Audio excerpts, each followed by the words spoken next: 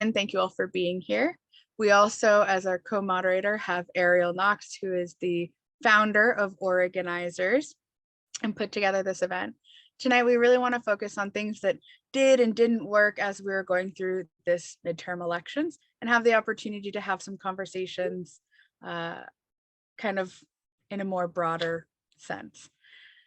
So first, we want to start with a couple of ground rules. One, if you have any questions or anything that you'd like to add, we ask that you remain on mute and that you put in the chat, you can put question in all caps if it's a question so that we can capture that.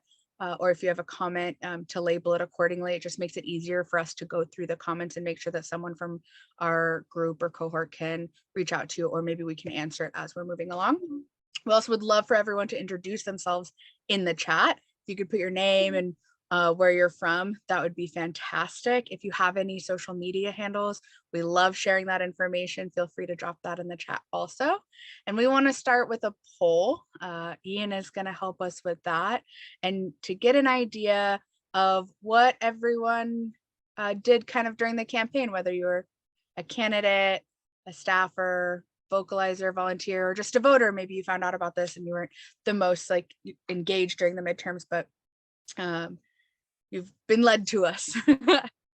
One thing to clarify is that what we mean by vocalizer is spreading the word to other people you knew. You weren't necessarily officially volunteering, but you were a connection in your community, your family, your friends, and so forth. You can obviously have done more than one of these. That's why there's a check box for as many as you actually did. I hope that everyone was a voter. Just saying, we should have 100% there. Be really sad. I mean, there's some exceptions, but I would be really sad. So I'm going to pass it over to Ariel, who's going to give a little bit of background for those who might be new to Organizers or to the work that has been done, and also talk about some of the opportunities to get involved with that group. Hi, everyone. I am Ariel. I'm going to drop a couple links that will help us stay in touch with each other if you are interested after this. Specifically, if you have follow-up questions for some of the others and they didn't drop their contact information. So the very first link I'm dropping is our email list. So what Organizers does is during the election cycle, we support progressive candidates because, we need them in office to get the change that we're fighting for. We also look to recruit new activists and show them the ladders to success and the resources that we've found. During the legislative session, we're very heavy on advocating for that legislation that we were out in the streets demanding that they do, right? So public testimony and things like that. And then additionally, we just kind of roll with what needs to be done in our community where we can. So I have dropped our email list link into the chat. I have a Twitter list. Some of you will notice that you're already on it. So if you want to drop your Twitter handle, you will be added to this list. It's yet another way that we all can keep in touch. And I will also drop in, if you would like to be added, and if you go, I don't know what you mean. If you'd like to be added to our amplification rooms, you can DM our main account, which I'll drop in. And if you don't know what that is, then at the end, you'll be very happy to see the link for the social media best practices training that I do weekly through the DNC, where you can learn how to utilize those resources. So I'm glad to see everybody here. I think we're just down one person, and I will kick it back to Michaela. Yes. So we are going to introduce the lovely Terrace Elliott. He's a DNC digital organizer and social ambassador leader. And that's the Democratic National Committee digital organizer, working on social media and social media ambassador leader, which I hope that he takes a moment to share with you a little more about. But he's going to talk about how this was, in his words, the best midterms ever. So Terrace, if you could take it away, that'd be fantastic. Yes, thank you so much, Michaela. And I apologize ahead of time for being camera off. I may pop on camera briefly at the end, but I just came in from a run and then I couldn't find the link. It was a whole thing, but I'm happy to be here. Thank you, Ariel, for inviting me. like Michaela mentioned, my name is Terrence Elliott. I am the Digital Organizing Associate here at the DNC. I say here at the DNC like as if I'm actually in the office, but at the DNC. And I worked closely with Ariel actually this election cycle. She is a part of a program called Social Ambassadors, which is just the DNC's effort for kind of grassroots organizing online. Some of you may be familiar with the program. I definitely see some names that that I think that I've seen before. So I just want to say, first of all, just first and foremost, thank you to every single person who volunteered, every single person who voted, every single person who worked in this space in an official capacity during this time, because of course it takes every single one of those positions, for lack of a better word, to get the job done. But yeah, I just wanted to just kind of highlight, because I think that it helps during these times after an election cycle when everyone's kind of tired. And even if some of the races that you may have been watching closely didn't turn out the way that you wanted them to go, I think it's definitely important to focus on what we were able to achieve. And as Michaela mentioned, I won't say it was the best midterm cycle of all time, but it definitely was one of the best midterm cycles. Definitely the best midterm cycle, if I'm, of my life, especially as an adult. It's definitely been the best midterm cycle. Of course, we know, like, historically, whenever you vote a certain party into the executive office as a president, the next midterm a couple of years later is usually like that party gets slaughtered, and that just has to do with a lot of different things. Generally speaking, people don't always have a healthy understanding of how the government works. So of course, every single issue in the world is they blame it on the president and they blame it on that party. And we defied the odds. Everyone was saying it was going to be a red wave. We actually, not only did we defend our Senate majority, but we expanded our Senate majority, which is of course going to make it easier to pass legislation, that coincides with the Biden agenda. And we lost fewer seats in the House than any other Democratic president's first midterm election in the last 40 years. So that's definitely something to be proud of. Even though people may say we quote unquote lost the House, you know what I mean? We still did, we did better than we ever had before. And at the end of the day, we are a country that has two robust parties, and that will probably always be the case. So, it's definitely always going to be a challenge to get these wins, but we got them. We got a lot of them, I should say. And I think that's definitely something that everybody on this call should be proud of, because I'm sure everyone on this call had a hand in it in some way, shape, or form. But as Michaela mentioned, as Ariel mentioned, I do run a program called the Social Ambassador. So I just want to plug that and just tell everyone to just kind of be on the lookout for that. We're going to be doing some exciting things next election cycle. So just kind of pay attention, be on the lookout. I'm sure if you continue to attend Ariel's events, she will be promoting it in some way, shape, or form.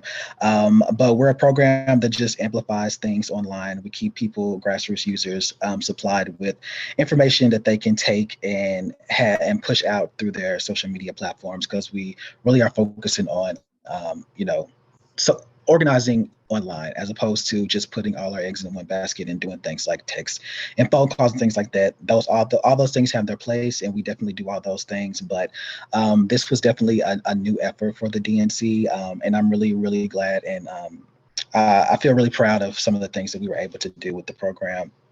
We have thousands of volunteers. We were able to garner, I don't have the exact numbers right now in front of me for the month of November, but for previous months, we were able to garner like millions of impressions on the content that we were pushing out. Like, people appreciated it, or it seems like people enjoyed the content that we put out, and it's very informative.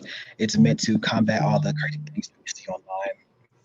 So just be on the lookout for the Social Ambassador program moving forward, because that's definitely something that's going to continue here at the DNC. But with that being said, again, I just want to say thank you to everyone for being here. I'll hop on camera very briefly, mind my appearance, because like I said, I just got in from a run. But thank you all so much for being here. Thank you to everyone who sent a text, who made a phone call, who posted something on social media, and of course, everyone who went out and voted and got other people in their circles to vote as well, because it takes everyone doing this work, including different organizations and stuff like that, not just the DNC. So I can't say thank you enough. Just thank you for doing this. I'm very happy of what we were all able to do. We can do, and we'll do better next time. Because there's nowhere to go but up from here. So thank you so much. I will pass it back over to, I believe, Michaela, and or maybe Ariel, but I see Michaela, so I'm going to pass it back over to you. Thank you all again so much. Yes. And thank you for having me. Thank you so much for that. That was very, very motivating. And I have to say, you really reminded me, I didn't do a good job in the beginning, I think, of really thanking everyone for the work that they did. I believe that we've all been a little overwhelmed with how many folks were ready to hop on this event and to come.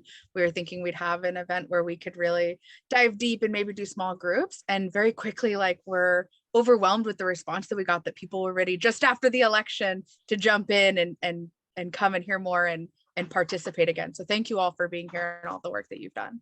So we have a second poll that we want to pull up, which is on what worked and what didn't work. That will come up. And while that's pulling up, I do want to acknowledge something in the chat. Someone asked about the links that are being sent out. We will put links that we're putting out as we're going through. So the links for organizers and the links for the social ambassador program and links for our speakers will all come out in an email also. So if you aren't able to get to it while we're having the conversations, don't worry. We'll make sure that we send that out to you after the event. So the poll is what worked and what didn't. You'll see that the items are similar in both. There are things that, if you have topics that you think did really well and did really poorly, that's certainly possible, and you should check them appropriately. Go with what ranking makes sense to you. It's not critical. We just want to get a feel for what people thought worked and what didn't. Also, I'll leave the poll open for about 4 or 5 minutes because I realize people are both coming in and you often need to just think about it. Perfect. Well, that's still up. I'm going to take this moment to talk about our breakout room. So how we decided to do this was we want to be able to break it up a little bit so that there could be a little more kind of intimacy. And in some of them, it'll be more of a presenter style, and some will be a little more conversational. So for our first breakout room, they'll be led by Bill Burgess and Sherry Shortendor. It'll be focused on election integrity and security. Bill Burgess is the Marion County clerk, so he's responsible for all of the voting in Marion County. He's also done national work related to voter security, and they will lead a conversation presentation related to election integrity and security. Our second group, our second breakout room, will be campaigns, led by Rachel Bitkoffer, who is a political strategist and analyst, author of the book, The Unprecedented 2016 Presidential Election. And that discussion will be focused on negative partisanship. And Rachel has some really fantastic insight on campaign elections, as she's worked on very many of them and is just a powerhouse of a speaker. We have a Gen Z, we're calling it an Ask Me Anything. It'll be focused on things that did and didn't work relating to engaging younger Gen Z voters, led by Winter Barr, who is a Gen Z organizer. It should be a great conversation in that room. Our fourth group is messaging. I apologize for me reading these. And that will be led by Britton and Ariel. Britton Taylor is a communication specialist and works with local county party. And then Ariel is our resident communication goddess for organizers. And then in our fifth and final room, we have right extremism, led by Seth Kotler. Seth Kotler is a U.S. history professor and author of Tom Paine's America, The Rise and Fall of Transatlantic Radicalism in the Early Republic. He's done just a tremendous amount of research, particularly in the West, focused on the West in regards to right-wing extremism, and we'll be talking about that in his breakout room. So those are our 5 breakout rooms. Here in a moment, after we conclude the survey, we will put those breakout rooms up on the screen for you. If they don't populate for you, down in the bottom right hand corner, there should be the opportunity for you to choose a breakout room. Perfect. Welcome back, everyone.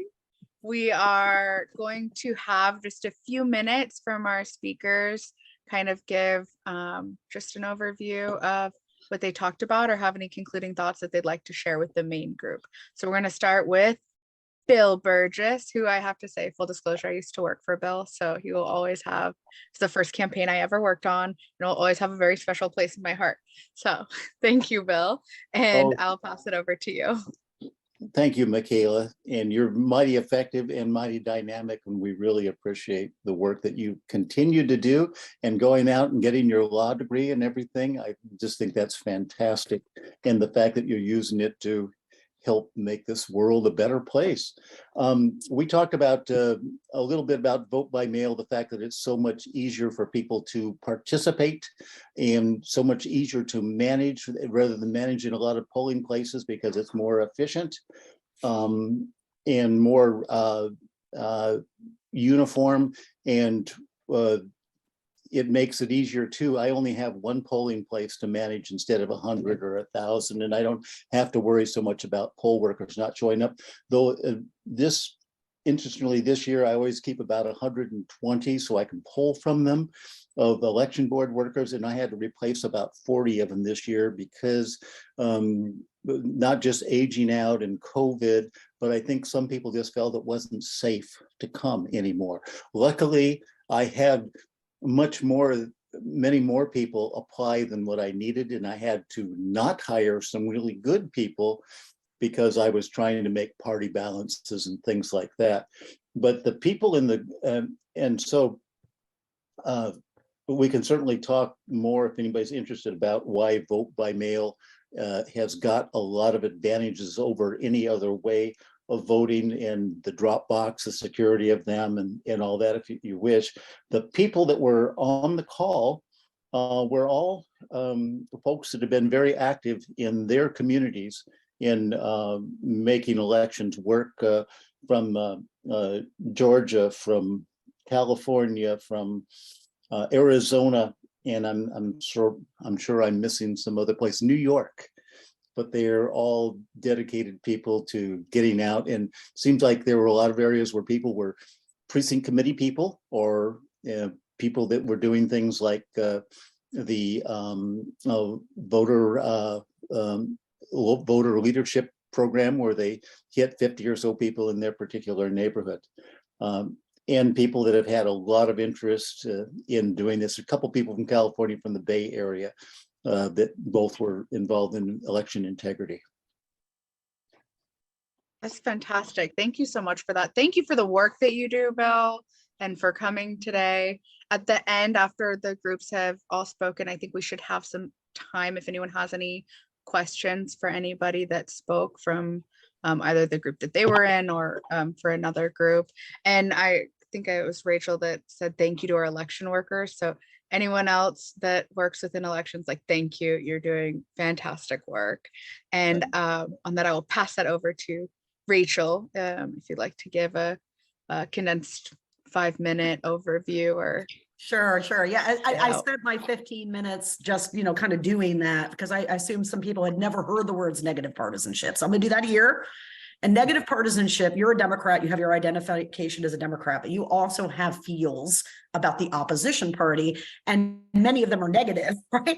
So hate, yes, but also fear and threat. And fear and threat are things like, women showing up in droves in 22, right? Because of the freedom contested. So we spent the breakout kind of just talking about what a transition negative partisanship strategy is, because it asks you to kind of push away or go away from the old model of having a persuasion message and bucket and thing you do and a mobilization thing. Puts it together, and it's modeled after the Republican system, and it makes you move votes to the polls for us and for us, right? Like, so it's one thing doing both things at the same time. It's both mobilizing, not the base, the coalition, which especially lags in the independent lane, okay? Not necessarily moderate, but independents. They're the ones that drop off the most between the two cycles. Partisans do better voting in midterms than independents do.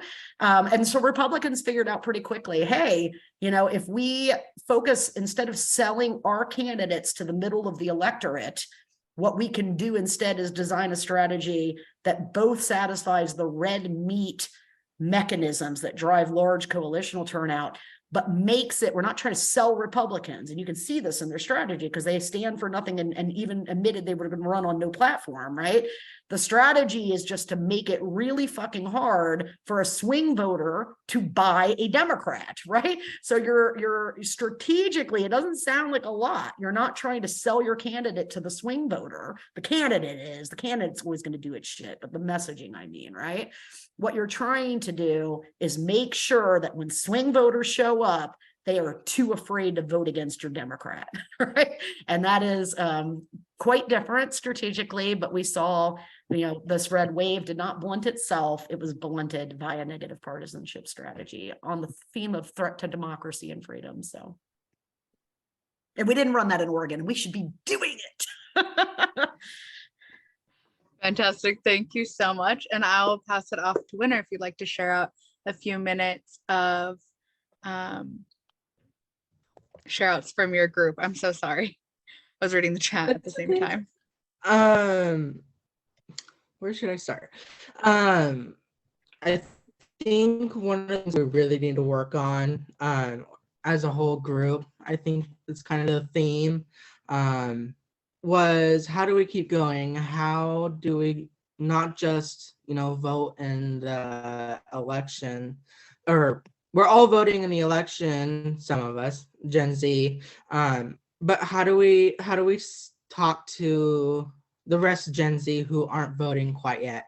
And then it was really interesting to hear from a couple of people who talked about the Obama administration, and then I think his name was Jose. He brought up that it's all mental as well, making sure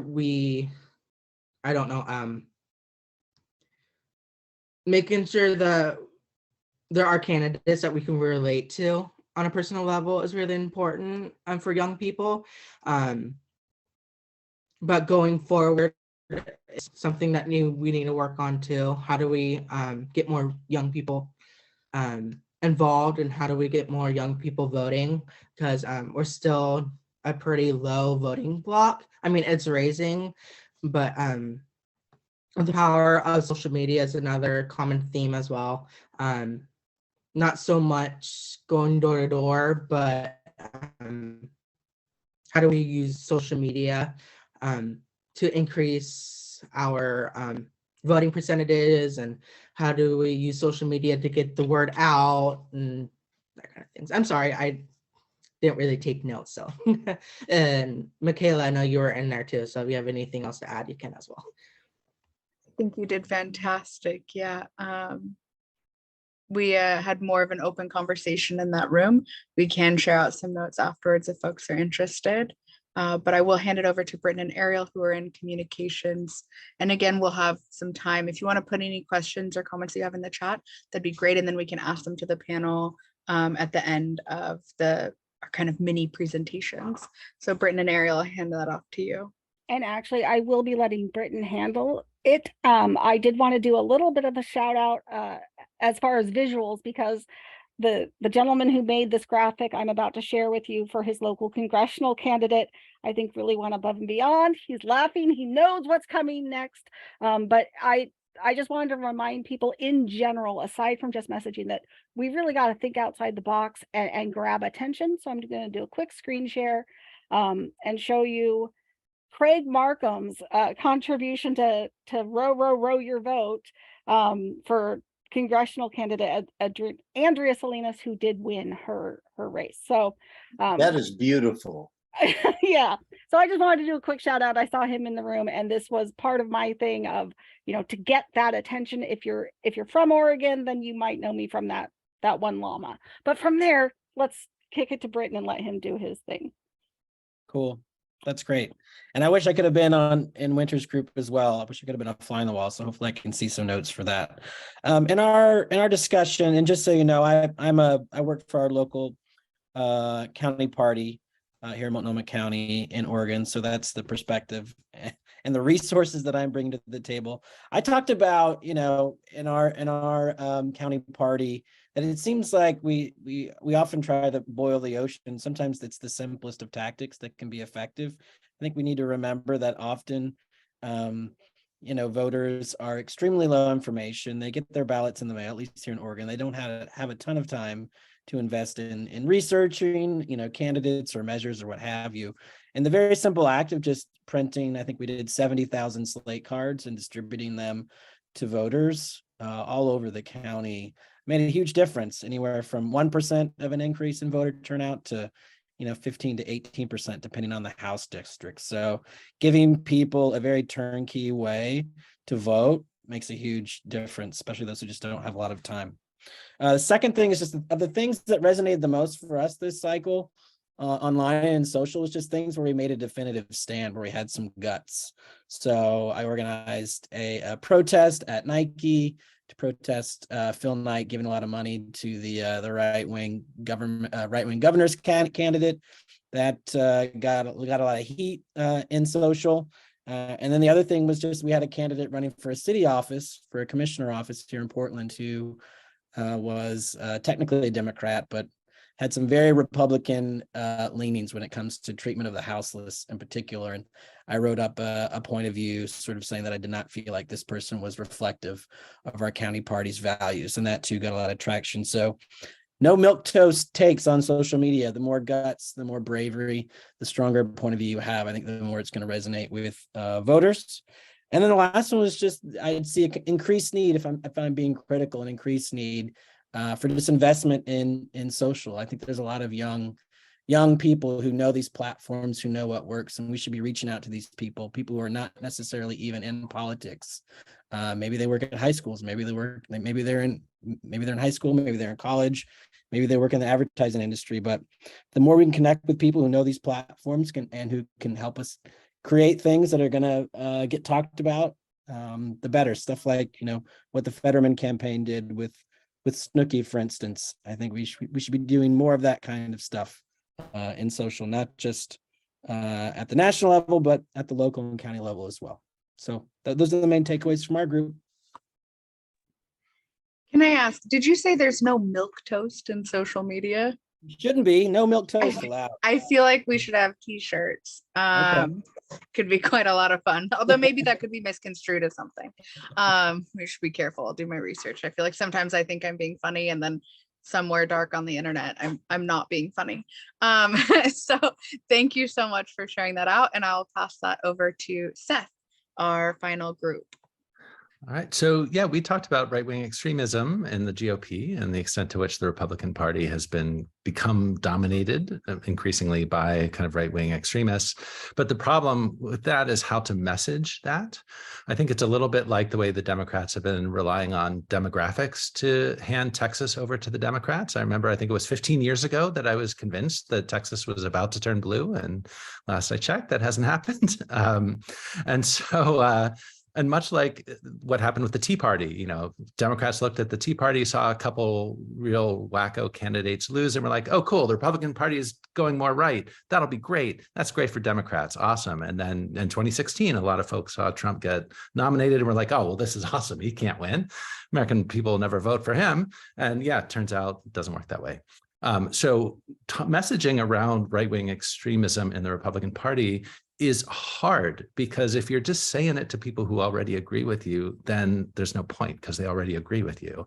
But there's a huge amount of resistance to that messaging just in the general public that is not already really politically aware or already progressive or democratic.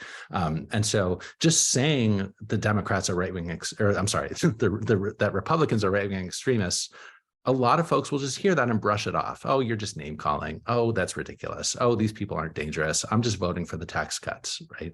And so I think it's something that we need to give more intentional thought too about when we talk about right-wing extremism, what do we mean exactly? What are we talking about? And there were two different things that I focused on. One is policy extremism, which I think is a more comfortable and familiar mode for us to be talking about it, right? So 60 to 70% of Americans did not want Roe v. Wade to be overturned. Huge majorities of Americans are really concerned about climate change. The Republican Party has nothing to say about climate change and is hostile to the idea of doing anything about it. Social Security and Medicare, incredibly popular programs. What the Republicans have to say about it, often when they say anything, is that they want to shrink them or cut them, right? Which is profoundly unpopular and radical. I think we're about to see the Republican House do something incredibly dangerous and radical around the debt ceiling, potentially crashing the entire world economy. And that is really bad and really dangerous just at an objective level, but it should be terrible politics for them. And really, for my mind, the politics are less important than like what would happen to human beings should they do this to the world economy. So that mode of talking about right-wing extremism is, I think, more familiar to us. The other piece is the democracy piece, and Rachel talked about this. People didn't like January 6th, turns out. Wasn't popular. Storming the U.S. Capitol, not a popular thing. But the Republicans have gotten very good at kind of distancing themselves from it. We saw Christine Drazan kind of do this, where she did this kind of dance when asked about, did Joe Biden win the election? And, oh, look, I don't want to talk about that. You media people just want to emphasize that. So we need to talk about both the election denialism and why that poses a threat. And as we saw, election denialism failed in Pennsylvania, in Michigan, and Arizona, though it was closer than it should have been in Arizona. And we also need to talk about paramilitary violence and political violence, like January 6th, but also what the Proud Boys, the 3% militias, the Oath Keepers, these groups showing up at Drag Queen Story Hour, these groups showing up in other places to physically intimidate with their guns people engaging in just the normal practices of living in civil society. And that not allowing the Republicans to keep those groups at arm's length, because increasingly those groups are not at arm's length for many Republican elected officials. And that just from the perspective of democracy, not just the Democratic Party, is hugely frightening in terms of the future survival of our democracy. And so, and I think if you can get people to see that, to see those threats, they will do what Rachel is saying we need to get people to do, which is to vote against Republicans, even if perhaps they don't buy the full policy slate of what the Democrats have to offer. So that's sort of what we talked about in my group. Fantastic. I wish I could have been in all of the groups. Thank you so much for taking the time to share out. We have some questions in the chat. I think so far my favorite, and I think is a great one to start with, because I think everybody on the panel might have a different perspective on this. I just decided that you all are a panel, apparently. I'm sorry to all of our speakers from our rooms. Was that a question was in regards to folks becoming fatigued or getting tired of hearing about elections. We're really close coming off elections right now, but as some of us know, we have spring elections, right? How can we engage in a way that, we're keeping people involved without really exhausting folks? What are next steps looking like? And maybe I'll go down the list, start with Bill and then move to Rachel, if that's okay with you all, because I think everyone might have some really great perspective on this. And I think it's the question we all are thinking of. As soon as we're done with elections, we're like, oh, okay, deep breath. Okay, but now what, and how do we get everyone back? Sure, and this is Bill in Oregon, and at least in Oregon, it's essential that we keep our momentum up. Surely we can have a break over the holiday season, but we need to come back strong, because in Oregon, we have May district elections for school boards, fire boards, water boards, library boards, recreational boards, all that kind of stuff. And the other party has done a really good job of fighting, at least with the school boards, trying to build their farm team up, and also trying to, I guess, continue on messaging that's false messaging and divisive messaging. And we have to be there, especially when school boards, for the good of our children and for the future generations, to be sure that we're there to support a good, firm foundation of education, and not just fake history, but all the real history, so that our kids can be resilient and strong, and grow up and have opportunities, and make sure that they have opportunities for other people too. So there's no doubt about it that we have to get, at least in Oregon, we have to get people going right away, because the filing for school boards is going to start in early February, the first week of February, and then it's only going to go till the middle of March. And I can tell you that there are, looking at school boards and all the, I think we may have a school board member on here from Salem Kaiser School District, I'm not sure. But it's to the point that don't even feel safe to meet in public anymore. They're meeting via Zoom because of the types of threats and the types of propaganda. And I'm glad to hear the stuff that Seth was talking about, because that is sort of an answer to the extreme values that they are promoting right now. Yeah, if I could piggyback on that, I mean, what the right has been very good at historically, and is also very good now, like the Oregon Moms Union, I think they're called, that these far right groups that call themselves, oh, we're just interested in parents' rights, we just want to protect all children.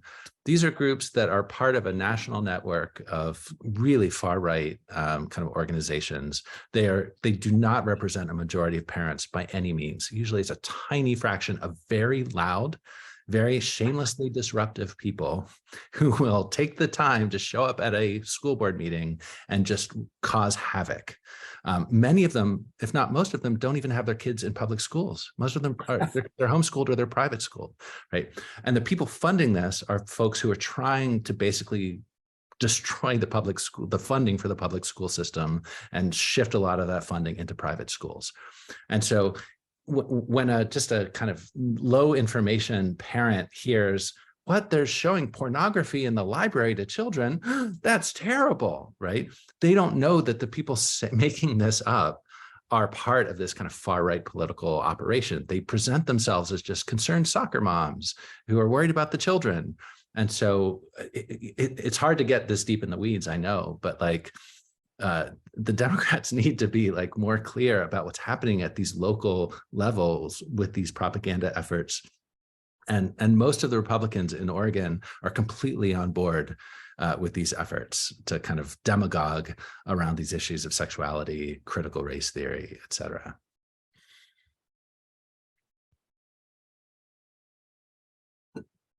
Rachel, I'll pass that off to you if you have thoughts on the matter of getting people involved, and then yeah,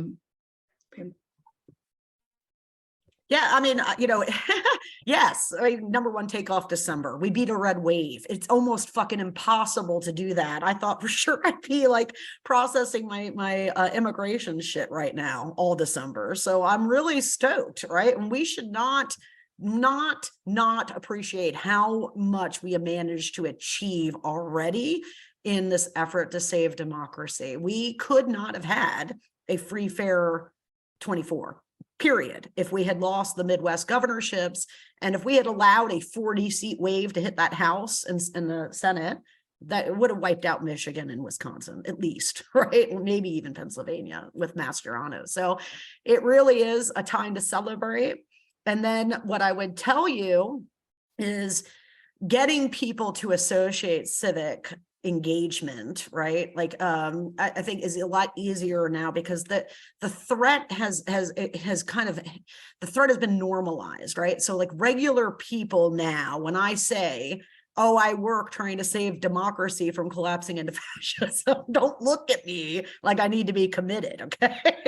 like actually look at me like, oh, okay, yeah, no, I've heard like we have some problems, right? So I think the way to broaden out from here, and especially with these young people. So Winter was talking about young people and how they don't vote the same as old people, and political behavior books will teach you this. The best book maybe for you to ever read is The Political Behavior of the American Electorate. It's a political science book, but it will explain what structures mass political behavior.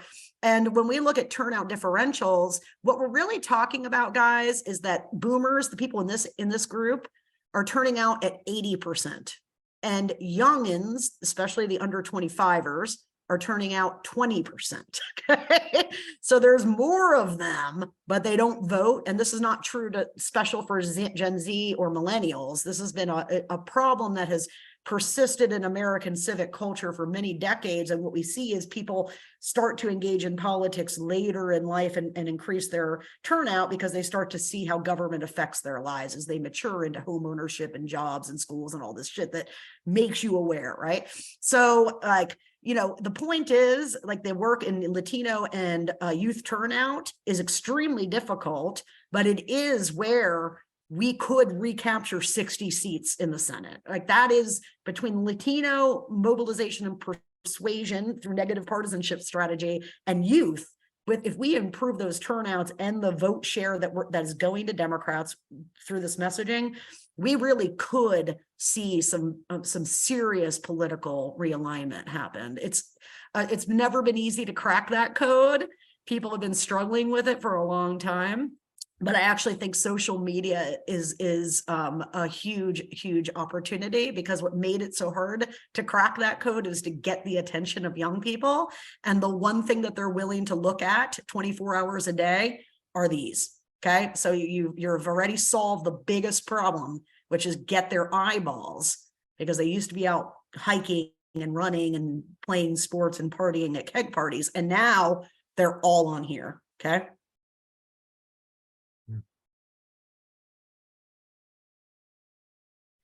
That's fantastic. Bill, during my first campaign season, used to tell me that this was a billboard in your pocket, and it just has always stuck with me, right? That like we could have it a billboard, or we can have it in our pockets. I want to ask the other folks, Britton, Ariel, or Winter, if you have any thoughts that you'd like to share on this question before I pose another question. Yes. But I'll let Winter go. Fantastic. Okay, real quick, to kind of go over what Rachel said, when people say Gen Z doesn't vote, I'm like, I do. But also when it comes to after the election, I'm like, okay, I'm ready for 2024. It's just like, I'm ready to go. So I'm not like a lot of younger folks. When it comes to how do we get more people to vote? How do we get younger people to vote? It's like, well, I'm a political junkie, so I'm not like that. But yeah, that it wasn't really answering the question, and it's more how I am. But yeah, that's just my thoughts. So I'll say, first of all, Winter, we love you. You have so much energy, and I fully expect all of you all to help me in mentoring Winter so she gets the best possible mentorship. But that, so how do we maintain this? So partially that's why we're having this debrief now, right? Giving people the opportunity to network with each other, encourage each other, keep lifting each other up. And I have a whole bit for the end about how I'm going to be encouraging but I'm just going to say a little bit now, encouraging everybody to become, it's called different things in different states, I understand, but precinct committee person, we call that a PCP here, and joining your local county party, because frankly, we need to rebuild them is the best way I can say that.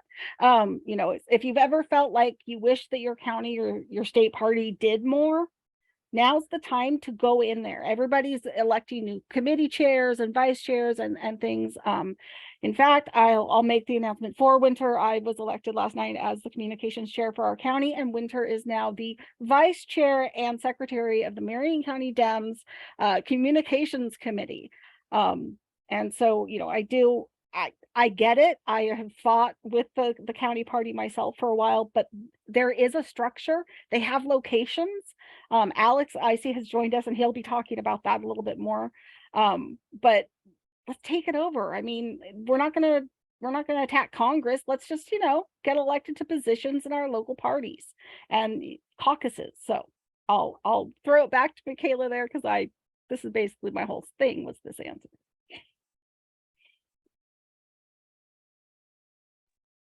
Yes. So your question, I've seen it a couple times, and it's pretty, hot button question. It's related to untruths on the internet, especially with the Twitter takeover and everything that's going on social media.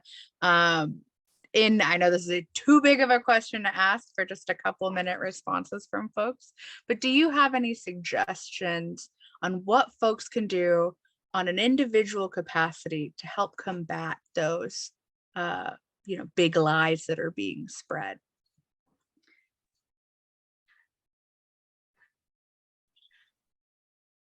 We can start with Bill. You came off mute. I'm sorry about that. Sure, you and Rachel certainly, both look yes. so ready for this. Yes. In our election community, we've been taught that we need to get the truth out as effectively and as efficiently and as much as we can, I guess, and that we don't repeat the negatives of what other people say. We'll certainly respond to them when we hear them, but our job is to get the positive messages out, so people hear the positive messages maybe as much or more than the negative messages. Lies always, since Mark Twain talked about how lies traveled faster than the truth, but we still have to get the truth out. And our Secretary of State, Shemia Fagan, put on a big campaign to do that here in Oregon. I'm not sure if it was as effective as we wanted it to be, but it certainly was a good start. My wife, on the other hand, is sort of a Facebook warrior, and she goes back at these people, especially relatives and things like that. But in the elections community, we were told to be careful and don't ever respond to trolls and things like that. But you guys, Ariel, you're more of an expert on this, so you might know the better way to handle these things.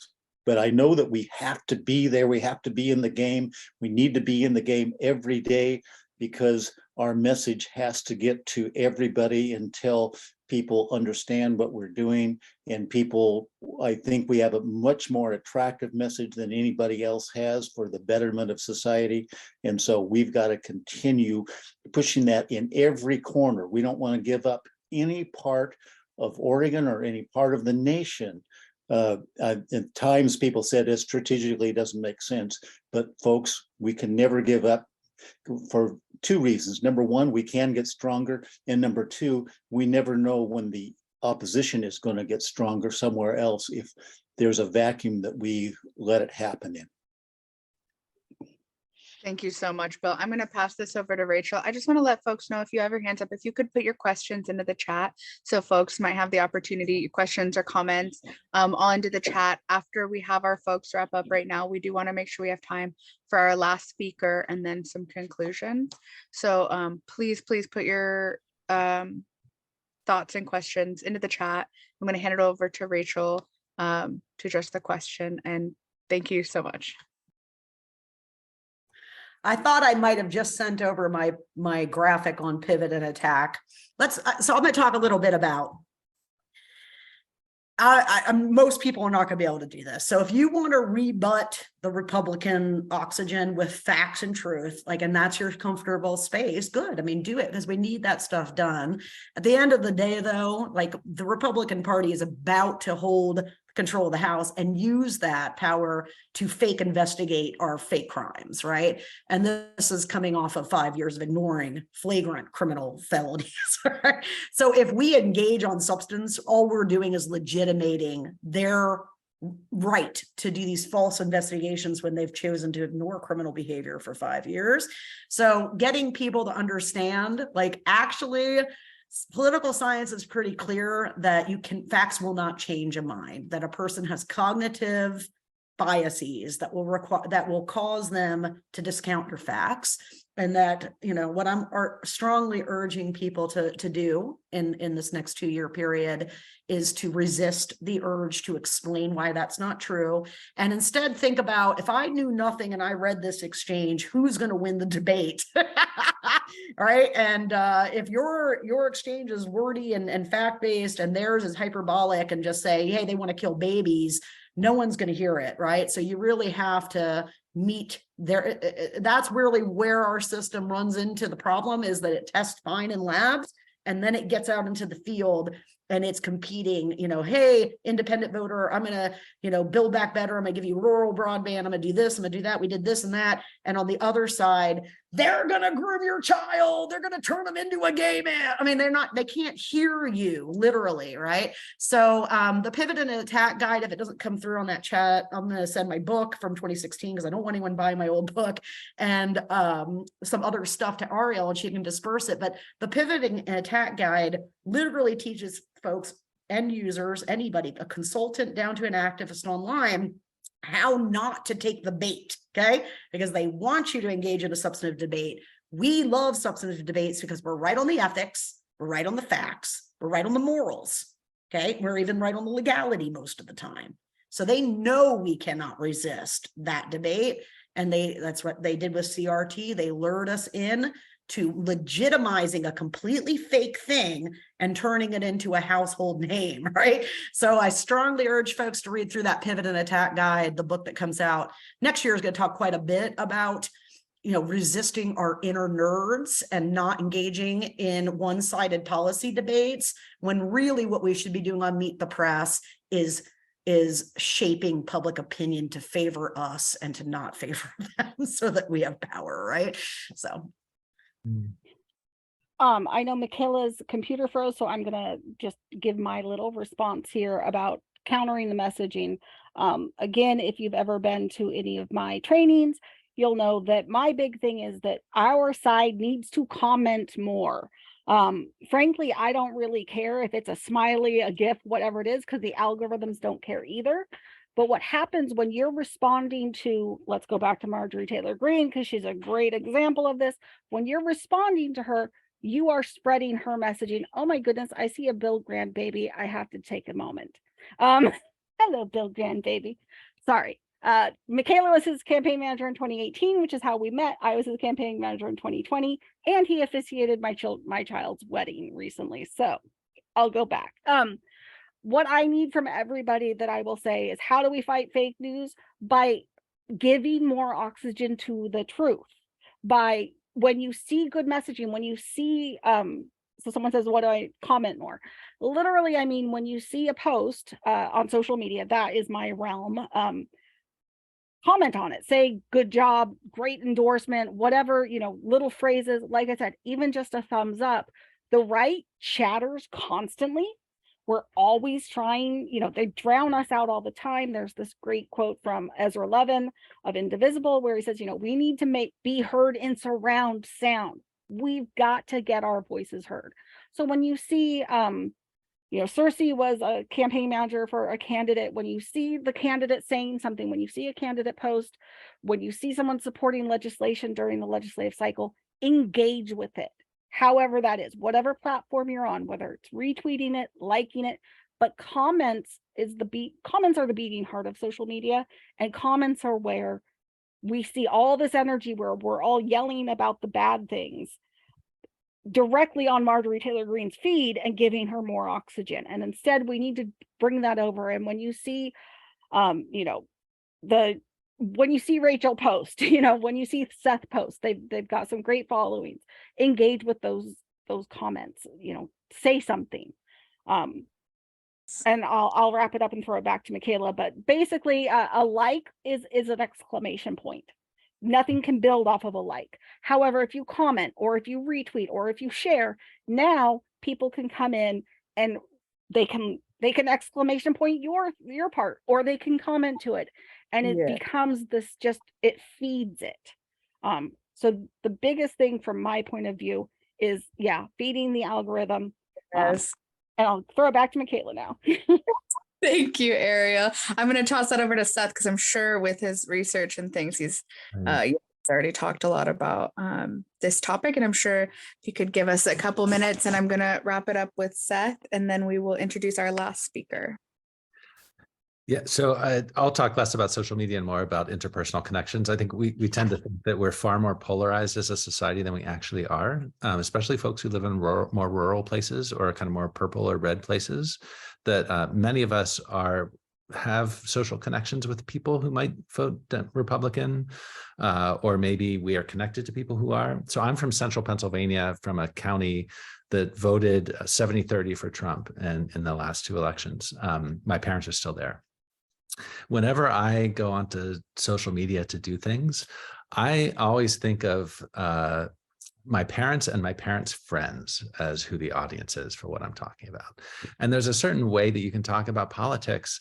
So for example, one message that I think has frequently worked is to say, like, not just like, oh, those people are lying to you. It's that, look, these people think you're a sucker. Like, these people are trying to manipulate you. They don't like you. These people aren't on your side. Look, they're just lying to you. And so, sure, you might believe that everybody lies. And yeah, whatever, politics can get dirty. But don't fall into this trap of thinking that Tucker Carlson is your friend. He is a multimillionaire who is lying to you for money, right? And people don't like to be lied to. People don't like to think they're getting manipulated.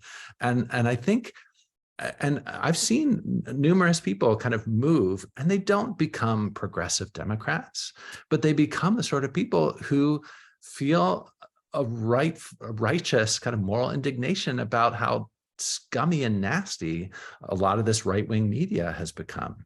And they don't like it. They don't like being told to hate their neighbors, right? They don't, in these rural places, a third of the people who live in this county I grew up in central Pennsylvania voted for Joe Biden. They're not socialist radical Democrats who hate America and want to like turn your children, whatever. Like, that's not who they are. They're just like normal people who have jobs.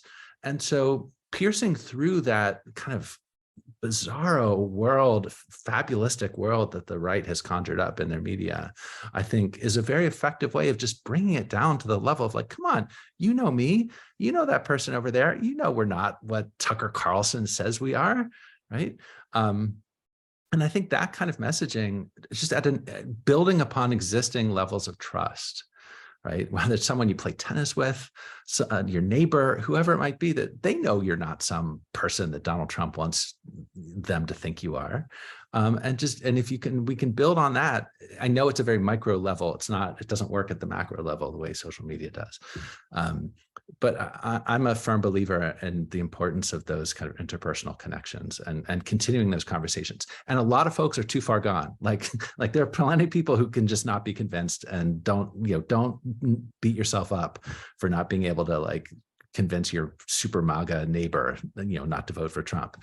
But there are plenty of people who are still in that space of just being kind of alienated by the whole process. So that's what I would say.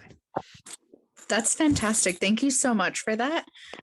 I think that really looking at people and humanizing folks in politics is super important. It's something that we talked about in the group with Winter, is relational conversations on that micro level that create larger change.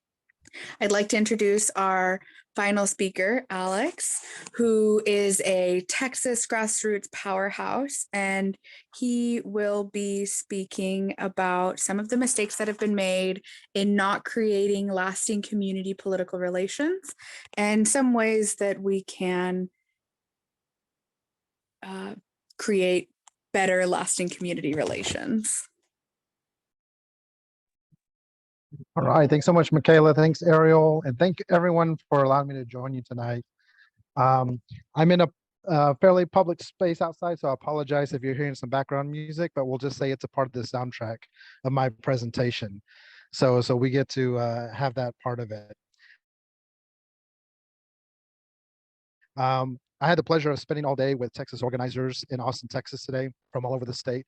And so our dinner's gone a little long. I'm not back at my hotel like I would have hoped, or like I would have thought, not hoped, but I thought I would have been there. But with all that said, I'm excited to be with you guys today to talk about what is some of the areas that we see in some of the issues we see in progressive organizing, not only in Texas, but when I talk to colleagues throughout the country, they see this happening as well.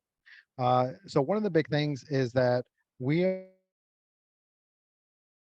are we have two major infrastructure components to our organizing when it comes to progressive organizing.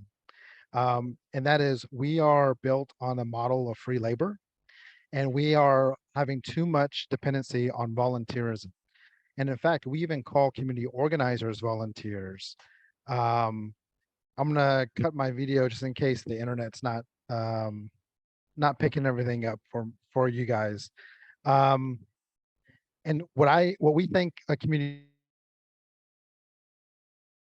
organizer should be looked at is a social entrepreneur, because they're that impactful in terms of what they're wanting to do in the community and how they're wanting to change and make those impacts, that we really need people to start readjusting how we look at community organizers as not just volunteers or super volunteers, but social entrepreneurs. And the other aspect of our infrastructure is based on election cycles. We are way too dependent on election cycles that put a lot of money into a community, but end up spending a lot of that money on advertising. And the downsides of overemphasizing advertising is that if you have a community that is not engaged, you're not going to advertise your way for them to get engaged in civic engagement and voting across the board. What you have to do is build community, and you have to build trust. And you won't do that through an advertisement, but a lot of political campaigns use that and use this temporary infrastructure to get a lot of money, but not a lot of community organizing. And then when they're done, it goes away. So these two fundamental problems of free labor and elections is what's hurting the progressive movement, not only in Texas, but across the country. And Republicans are capitalizing on it every single year, every single cycle. Even if they don't get all the victories they want, things are moving in their direction because they've built infrastructure. And they've built infrastructure beyond community organizing. They've built media empires. They've built, whether it's Fox News or whether it's local radio, they built universities, they built think tanks, they built all of these components to allow them to keep funding this work that progressives have not committed to trying to solve. And when we talk about our diverse communities, especially our Black and Brown communities, but also Asian communities and other diverse communities, if we don't have a model for them to be compensated for this work, then they're not at the table, they're not involved, because they can't sustain being a free labor participant. Usually who we see able to do that is older white progressives. And while their contribution and everyone's contribution is super valuable, we can't depend only on older white progressives to try to get us to the future that we need. We need a multicultural, multiracial, multi-generational coalition to do this. And so what we're trying to do in Texas and what we're trying to do with colleagues across the country is start to implement a new model of organizing, where we compensate community organizing, where we value the expertise of community organizers to be able to build the infrastructure needed in communities to then get out the vote, to then impact local elections that'll impact statewide elections and beyond. But if we don't start doing that, and if we don't sustain that, then we run risk of continuing to be in an emotional cycle where the emotional wave will increase because something absurd happens and something critical happens, like in 2016 with Trump's election or the overturning of Roe v. Wade. But emotional fuel for this movement is not enough. It does not sustain us in order to do the long work we have to do. So in Texas, we're working on building an infrastructure so that we can be prepared for the census in 2030. And so we can be prepared for redistricting in 2031, because we have to think in decade-long terms. We have to think of ways of building that infrastructure and sustaining it. So my challenge to progressive organizers across the country and within my colleagues within Texas is, how are we allocating revenue? How are we allocating money? And how are we allocating resources? Well, one of those major ways is through the Democratic Party, right? So Ariel's talking about taking on roles within the Democratic Party. That's definitely a part of the strategy, but it's not the only strategy. We have to build community organizations to be able, and community organizers to be able to do this work. But if we can build that collective and those skills can stay within this space in this industry, then we have a large enough collective to then infiltrate a county Democratic Party or a state Democratic Party to then allocate resources where they need to go. And we celebrate Georgia's successes because they've been able to have successes. And one of the things we see that Georgia's able to do through Stacey Abrams, through Black Voters Matter, and through a whole collective of other organizations is that it was a multi-pronged approach. It wasn't just the Democratic Party, it wasn't just community organizing, but it was leveraging all of them together. And it was only after 10 years, once they were able to get in position to leverage all of those, then they were able to see the victories that they're able to see. And their victories are still very slim. So there's still a lot of work. If they stopped, it would go backwards because that's where Republicans wanted to go. So this is where we have to focus as organizers. This can't be a volunteer effort. This can't be a part-time effort because there's billions of dollars on the other side of dark money that they are pumping into the system and will continue to pump into the system until they get what they want. And we are still reeling from the 2010 reaction to the most progressive moment we've had in this country where a Black man became president, Obama in 2008. And in 2010, what the Republicans did was take over state legislatures, they took over governorships, and the trifectas of Republican power reached about half of the states in the country. And they've been able to sustain that since 2010. And this is why we're in where we're at in terms of the environment, the radicalism, and what's happening. So we have to truly figure out a strategy to build the progressive movement from the ground up in a sustainable way so that we can actually see the values and policies we want to see, not only get passed, but be able to thrive and to be able to move beyond those corrections that we need to make. So thank you so much for y'all's time. If anyone has any questions, happy to take them. I apologize if my internet was impacting anything that I was saying, but really, really appreciate being able to share this with you guys and all the amazing work that's happening within y'all's communities. Thank you so much for taking the time to speak with us this evening. I do, in the interest of time, want to pass it over to Ariel. Please feel free to continue engaging in the chat. I'm loving how engaged this chat is. And Ariel, take it off with some of the next steps, how to get involved, and then we will conclude our evening. Thank you again, everyone. Hi there. So one of the things that Alex did not mention tonight that he's mentioned before is something I've really found useful, and that was and you're welcome to actually speak about it, Alex, and then throw back to me the Quinceañera project that you had mentioned before. Yeah, so we have some amazing organizations in Texas, and Jolt is one of those organizations that you can find. They have the C3 side, which is Jolt Initiative, and Jolt Action is their C4 side.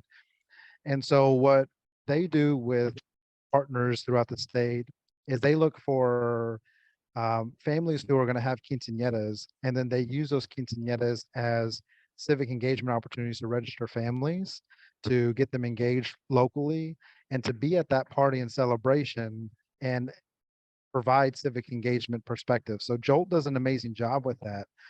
But what I want to share is the opportunity Jolt has that we need as progressive organizations to understand. We are hubs for economic activity and economic growth, and we need to look at ourselves that way. So a Jolt who's doing quinceañeras and partnering with families to go register voters is amazing. But what if Jolt started partnering with local dressmakers to start selling quinceañera dresses? What if Jolt decided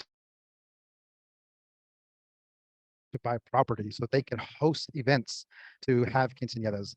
That's the kind of thinking we want progressive organizations to think about, to see those opportunities to not only deliver civic engagement and voter registration, but to become economic hubs of activity for the community.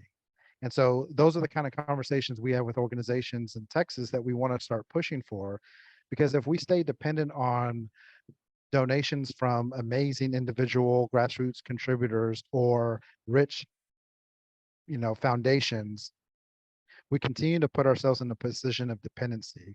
And right now, if you look at the progressive movement, we are dependent on everything. We don't like a policy, we're going to protest. Well, we're dependent on that elected official changing, right? So then we want to vote somebody in to replace them, and we work hard to vote someone. Now we're dependent on that elected official following through, and we need them to follow through on their policies, and maybe they will, maybe they won't. Corporation is poisoning the water. We're going to protest them and depend on them to do something right. We need to be able to get to where progressive organizing and infrastructure has more autonomy and more control over what they are wanting to see happen as a reality. And one of those ways is to look at ourselves as these economic engines and not just places for the nonprofit industrial complex to donate their dollars whenever they decide our cause is worthy enough. South Texas makes the headlines a lot. The Rio Grande Valley makes the headlines a lot because of the concentration of Latino population, as well as on the Mexican-American border.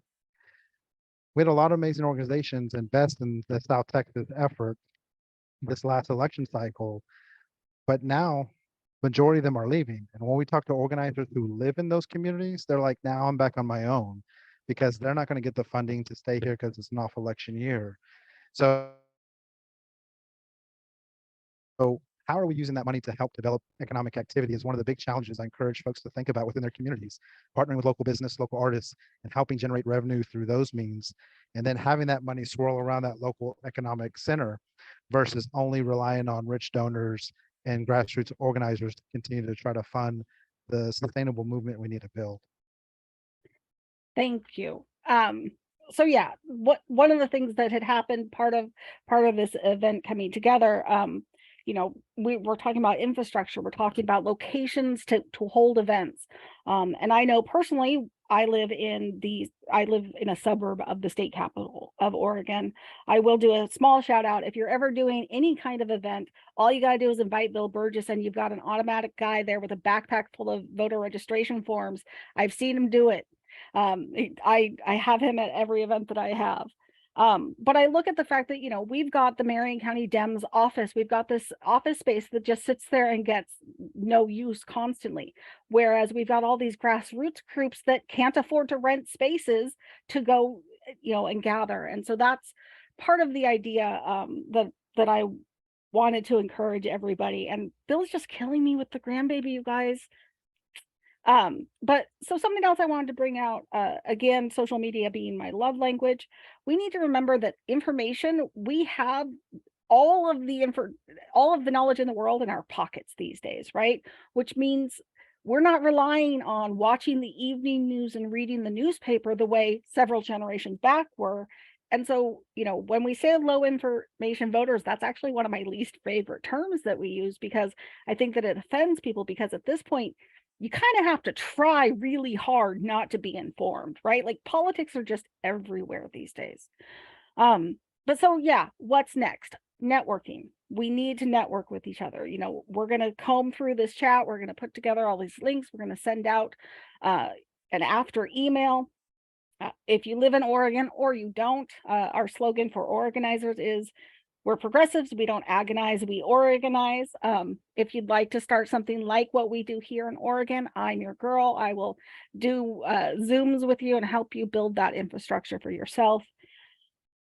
But it's about making connections. The people that are here speaking tonight are by and large people that I've met online. Rachel, I got to know through Twitter. Same with Seth. Same with Britain. Actually, most of the people that are here, I've met you guys online, and this is an amazingly valuable tool. I get to go to White House briefings via Zoom.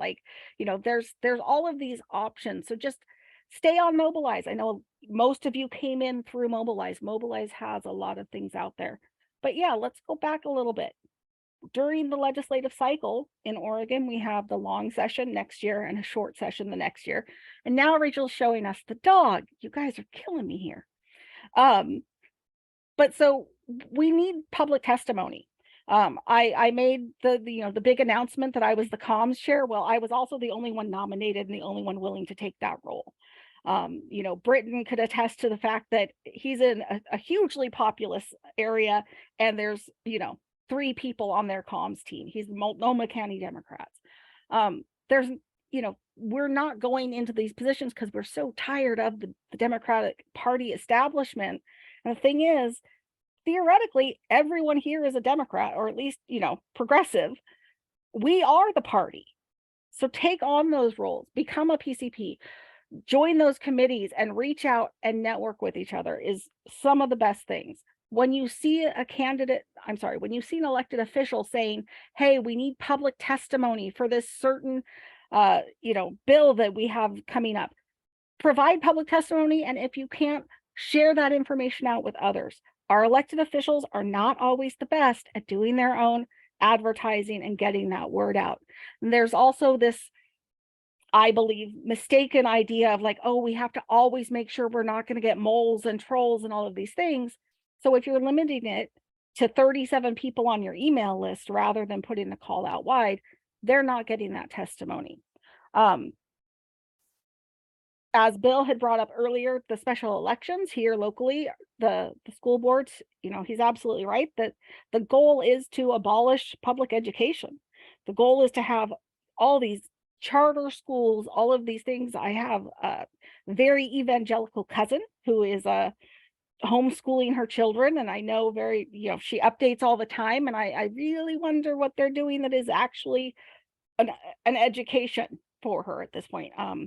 You know, I attended a few different schools with the same thing, where it was a lot more about ideology than it was about actually teaching our kids and preparing them to be out in the world. So get involved, stay involved, reach out to each other, follow each other on social media, use the email addresses people dropped. Again, we're gonna build out this email at the end of it. We're gonna include links. Host events, co-host events, gather with people and just chat. We do every Sunday at 4 o'clock. We have an office hour. You can just drop in and talk about whatever you want. If you're looking for a great idea, you know, people from different groups will come in and say, oh, you know, things like what Craig did with his canoe. He mentioned his canoe, and I was like, I need a picture of this. You know, and we had a lot of fun putting that out. So have fun. Another big thing that I like to say is find a way to apply your hobbies and the things that you enjoy to politics so that you enjoy doing politics. If you play guitar, hey, play guitar during the opening of a Zoom, play guitar at a house party, play guitar at a campaign event. If you're a great photographer, there's plenty of candidates that don't have the cash on hand to pay for great photography, great shots of them. I won't say the name, but I know I had one campaign manager that was just beside herself because her candidate kept wearing really busy print shirts that didn't show up well on camera, and it was driving her nuts.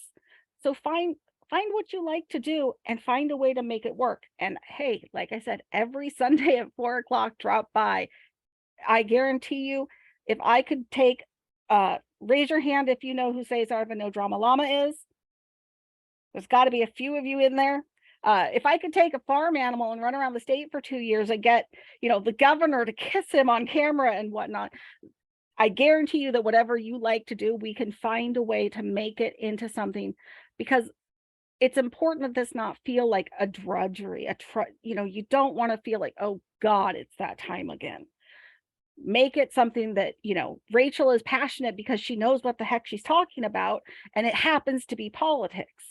I happen to know a lot about social media, so that's what I focus on. The other thing is, I highly encourage, if you're in a position where you're recruiting people, break down for them how many hours a month you're asking of them. One of the biggest stumbling blocks I've seen as a volunteer coordinator is people going, well, what does it take for me? What do I need to do? How much time is it going to take? And giving people that answer in advance, giving them that permission of, you know, no, you don't have to be on call 24/7. So that is my response of what's next. We got to rally, we got to connect, network. Everybody who dropped their Twitter handle in there. You're welcome to follow the organizers page on Facebook and our website. I forgot that I was going to ask Ian to drop those links into the chat. So I'm saying it out loud now, so he will. But yeah, join us, network with us. If you really want to talk to Seth some more about right-wing extremism, we can put you in touch with him. If you really want to learn from Rachel, we can put you in touch with her. You can follow her on Facebook and or I'm sorry, on Twitter and other platforms. Winter is available as someone to ask questions. I know there are people that just don't happen to have any Gen Zers in their life, right? Different generations, they just don't. I did see in the chat, what about Gen X? I am a Gen X, but I raised Gen Z and millennials, and I'm feeling pretty guilty that the world is not what I planned for it to be when I gave birth to them. So my focus is on bringing them to the table. And as my 19-year-old would say, it's not a matter of bringing them to the table, it's their damn table, and we need to ask for a seat. So that is my wrap up. Thank you again, everyone, for coming and for being involved and participating in tonight's event. We will follow up with those links.